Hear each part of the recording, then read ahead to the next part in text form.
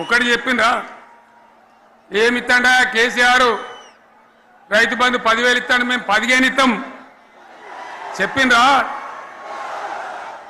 లేదా చెప్పిండ్రా ఇచ్చుడు కాదు చెప్పిండ్రా 10,000కు 15,000 ఇస్తామని అన్నారా కేసీఆర్ పెన్షన్లు 2,000 ఇస్తాడు మేము 4,000 ఇస్తాం చెప్పిండ్రా ఇంకేం చెప్పిండ్రు కేసీఆర్ ఇంట్లో ఇద్దరుంటే ఒకరికే ఇస్తాడు మేము ముసలోనికి ఇద్దరికి ఇస్తాం చెప్పిండ్రా లేదా అన్న మీరు మధ్యన్న వాళ్ళు చెప్తలేరు చెప్పిండ్రా ఇవన్నీ కాంగ్రెస్ వాళ్ళు చెప్పిండ్రా చెప్పిండ్రు అన్న వాళ్ళు ఒకసారి చేయలేవటారు దయచేసి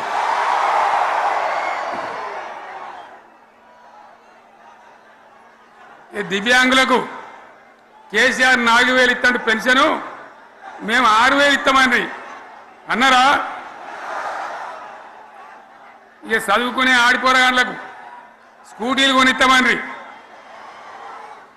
కొనిచ్చారా అన్నారైతే అన్నారు కదా విద్యార్థులకేమో విద్యా కార్డు ఇస్తామని 5 లక్షల గ్యారంటీ కార్డు బ్యాంక్ కార్డు ఇస్తామని ఇట్లా ఎన్ని మాటలు చెప్పారు ఇక ఉరుకురి ఒకరినుకోడు ఉరుకురి 2 లక్షల లోన్ తెచ్చుకొని డిసెంబర్ 9 నాడే కథం ఒక కలంపోడుతోనే కథం అన్నరా మరి చేసిండ్రా చెయ్యలే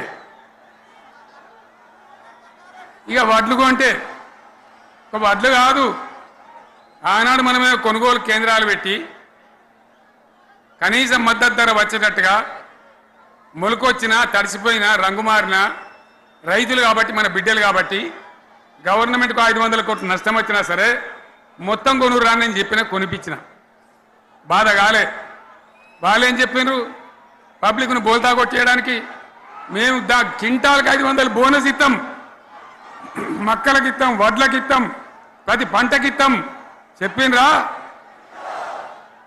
ఇటువంటివి చెప్పుడే కాదు వీటితోని ఇంకొక 420 హామీలు చెప్పారు వాళ్ళ నోటికి మొక్కాలే కళ్యాణ లక్ష్మి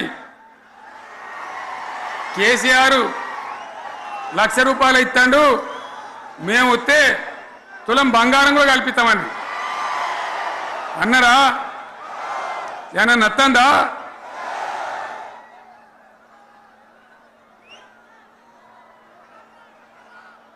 ఇక హామీలు ఇచ్చుడు కాదు పెద్ద పెద్ద బుక్కులు వంచి ఊరూరికి వంచారు ఇక సిగ్గులేక ఊళ్ళ పంట తిరిగి బాండ్ పేపర్లు రాసిచ్చారు బాండ్ పేపర్లు ఇంటికి తిరిగిండ్రు చెప్పిండ్రా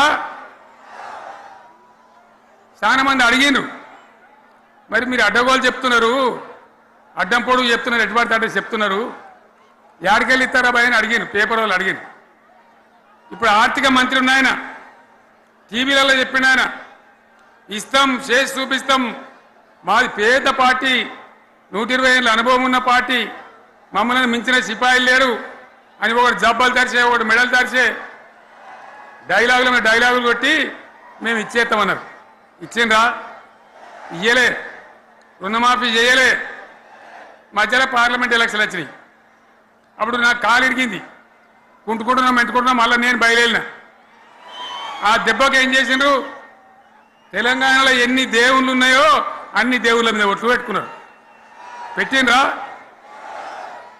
బహిరంగ సభలలో ఆడిడ కూడా కాదు ఇన్ని మాటలు చెప్పి ప్రజల్ని ఏమార్చింది ఒక ఉచిత బస్ అని పెడితే అది జుట్లు పట్టుకొని కొట్టుకుందానికి మనకత్తాను తప్ప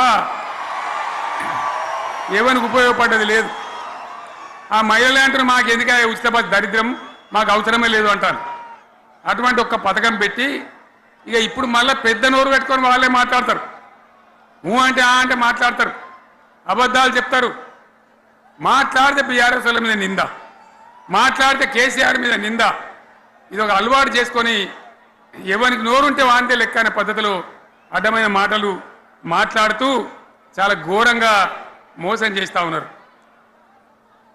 ఎట్లున్నదంటే కాంగ్రెస్ వాళ్ళు చెప్పింది చాలా సిపాయిలం మా అంత సిపాయి లేడండి లేదంటే జనం నమ్మితిమి ఆశపడ్డాం కదా, నమ్మి బోల్తా పడ్డాం కదా, గల్లంత అయినాం కదా. ఒక ఊళ్ళే మొలక నాట్లేసే టైం వస్తే అలుకుడు చేస్తాను, బట్టలుతాను. మొలకకు అలుకుడు చేస్తాం కదా, తుకాలు పోయేమా పెద్ద మొగోడని కొన్ని పిలిచిరట. మొగోడని మొలకలుస్తానికి పిలిస్తే ఎలుక పిల్లని చూసి ఎల్లంకర పడ్డాడు. ఇక మా అంత సిపాయిలు లేరు, మేము తెచ్చే ఇస్తాం, 6 సందమామలు పెడతాం, 7 సూర్యులు పెడతాం అని నమ్మబలికి ప్రజలను దగా చేసి మంచిగున్న తెలంగాణ నాగం పట్టించి ఓట్లు వేయించుకొని ప్రజలను మోసం చేసిండ్రు, దగా చేసిండ్రు. ఈ మాట నిజం, మీ అందరికి తెలుసు. ఇవాళ ఏం మాట్లాడతారు, మమ్మల్ని ఎవరు నమ్ముతలేడు, మాకు అప్పు ఉడతలేదు, యాడికెళ్ళి తెచ్చియాలి అని ఇప్పుడు మాట్లాడుతున్నాం. అప్పుడేమో మాకు అపారమైన అనుభవం ఉంది, మేము చేస్తామన్నారు.